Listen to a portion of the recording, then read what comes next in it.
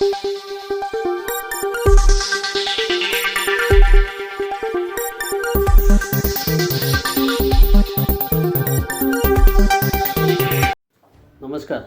SN news चॅनलमध्ये आपले स्वागत आहे.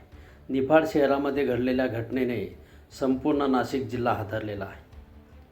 नाशिक जिल्ह्याच्या निफाड शहरामध्ये मानवी नात्यांचा काळाकुट्ट चेहरा समोर आणणारी आणि अंगावर काटा आणणारी घटना उघड झाली आहे. अनैतिक संबंधांच्या विळख्यात अडकलेल्या अरुण ढेपले याने रंभाबाई काळे यांचा निर्दयीपणे गळा आवळून खून करत मृतदेहाची अमानुषपणे विल्हेवाट लावल्याचा संतापजनक प्रकार उघडकीस आला आहे. या घटनेने निफाड तालुक्यामध्ये खळबळ उडाली आहे. या संदर्भातील सविस्तर वृत्त असे. निफाड येथील मामलेदार चौकातील रंभाबाई काळे या 24 फेब्रुवारीपासून बेपत्ता झाल्यानंतर नातेवाईकांनी निफाड पोलीस ठाण्यात तक्रार दाखल केली होती. प्रारंभी साधं बेपत्ता प्रकरण वाटणाऱ्या या घटनेमागे भीषण खून दडला असल्याचा संशय निफाड पोलिसांच्या चाणाक्ष नजरेने ओळखला आणि इथूनच सुरू झाला एका थरारक तपासाचा खेळ.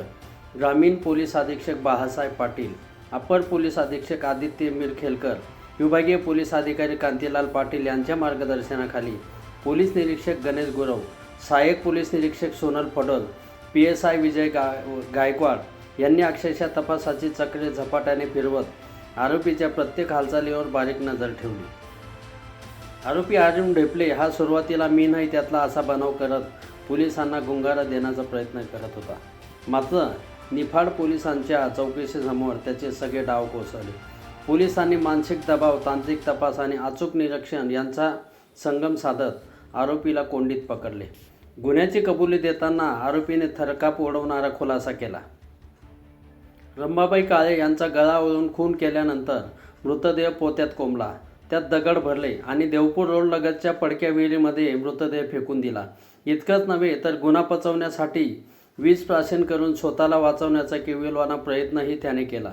या संपूर्ण प्रकरणामध्ये निफाड पोलीस कर्मचारी नितीन सांगळे, मनीषा गायकवाड, संगीता जाधव, धनंजय जाधव, अरविंद ढवळे, धनंजय बैरागी, विनोद जाधव, राजेंद्र दरोडे, सागर सानप, सुधाकर चव्हाणके यांनी जीव तोडून काम करत तपासाला निर्णायक वळण दिले.